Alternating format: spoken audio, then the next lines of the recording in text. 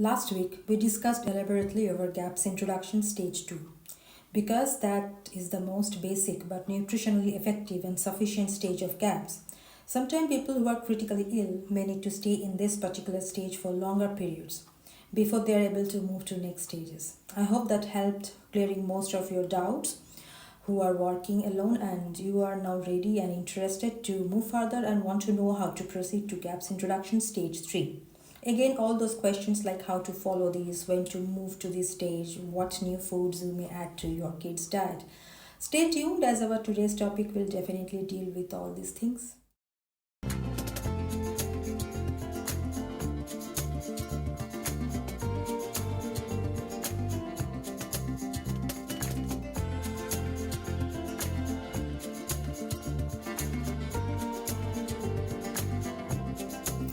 Hello, lovely parents. This is your dietitian and CGP Pooja, and welcome back to my corner of the healing world. Today, we are going to be talking about the GAPS diet introduction phase, stage 3. We are going to talk about what foods you get to add in for your kids on the stage and how to do it. So remember that for me, this particular stage was one of the more exciting ones because we get to add in a food that is kind of like a baked good, which when you have, especially the kids, just been eating meats and soups and vegetables and things for a while, you start to kind of look forward to that. So let's go over which foods we get to add in this time.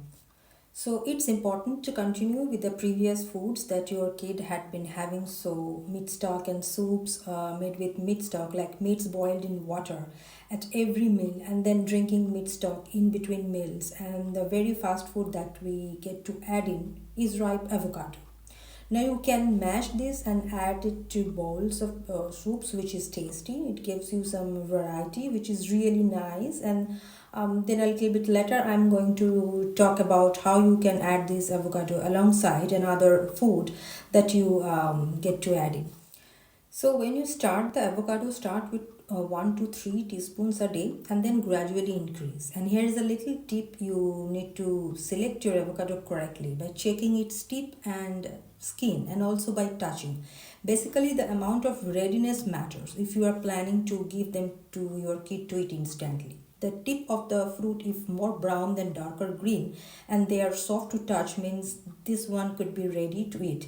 If you are planning to store them for later use and have a bunch of avocados that you have just bought, not fully ripened, and you are waiting for them to get ripe, pay attention, and when they are just soft enough, then they are nice and ripe and green but not too soft, go ahead and stick them in the refrigerator, and that will make them last a lot longer, and it will kind of keep them at the perfect stage longer than they would on your countertop. So the next food that we get to add in stage 3 are pancakes. I'll of course share a video where I'll show you guys how to make a really easy GAPS intro pancakes, but they're really very easy to make. You just use ripe winter squashes or eggs, and you can add a pinch of salt if you want. Make a batter and fry them with ghee. So super easy, simple recipe, but there's something about that combination that just makes it feel like a really good baked food. So pancakes that your kids get to have, not really baked, I guess fried, but still I was excited to add this back in. I think you will be too, as kids generally love to eat them. So after you make some of the pancakes, start with just one pancake a day for a younger kid, and then gradually increase until they are having as many as they are allowed to in their diet charts by CGP, or as much as they want. The next thing that we get to add in stage 3 are scrambled eggs. So you have been giving your kids raw egg yolks and then soft boiled eggs for a while now, and if all that seems to be going fine and your kid's body is tolerating them well, then go ahead and make some scrambled eggs. Just make sure to cook them in plenty of good animal fat like ghee, tallow, duck fat. It can be even like a pork fat or bacon grease, as long as it's from a good source without additives. And then this is the food that I was talking about previously that's really nice eating alongside the avocado. So eggs and avocado go together really nicely. So you can do that with the scrambled eggs. Another way that Dr. Natasha Campbell McBride recommends, that So nice for our healing digestive system, and is also really tasty and kind of. Add some more variety is serving the scrambled eggs with some cooked vegetables, especially cooked onion. So you could do some bell peppers, you could do some zucchini, but onion is a really nice thing to do. You can do that by itself or with some of the other vegetables, but you can cut them all up. You melt your fat in your skillet. I really like cast iron skillets or stainless steel small pans myself, and then you let the vegetables gently cook until they are really nice and soft. The onion will kind of translucent looking, and then they are ready. Make sure they are not browned or crispy stuffs like that, and you can scoot them over to the side in the pan and then cook your scrambled eggs alongside them and serve them all together, and it's really good. The last thing that you're going to add in the stage is the actual fermented vegetables itself. You have been doing the liquid from the fermented vegetables for your kid for a while now, and now it's time to add the actual fermented vegetables themselves. So start off with homemade sauerkraut. Just start with a very small amount. Start very slowly and then increase to around 1 to 4 teaspoon per ml. Now if you are previously struggling with your kid with diarrhea, you want to watch carefully and make sure that doesn't start to come back. But if anything seems to be going fine, just go super slowly and start enjoying those. Like I said, do the sauerkraut first, and then as that seems to be going well, branch out into some other fermented vegetables as well.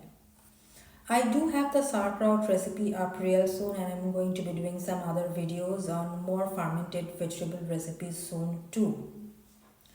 Okay, so those are the foods for stage 3. Do them one at a time. Go slowly, gradually pay attention to your kid's body, and at this point you might be kind of feeling or experiencing some of the effects of the die-off and your kid's body adjusting to eating this way. And if that's happening, then just remember to go slow but really gentle with your kid's body. Take it easy. You can do things with them like giving Epsom salt baths and let them eating sulfur-rich foods like broccoli and cauliflower. Sulforaphane is a sulfur-rich compound found in cruciferous vegetables like broccoli, bok choy, and cabbage. It has been shown to provide various powerful health benefits. Studies show that sulforaphane may have other health benefits as well, like they may treat certain symptoms of autism. But we need to activate the sulforaphane in broccoli or cauliflower. If you cut your broccoli and allow it to sit for 40 minutes, this gives the myrosinase and glucoraphanin enough time to activate sulforaphane. This can oftentimes relieve those die-off symptoms and help your kids feel a little bit more comfortable in this process.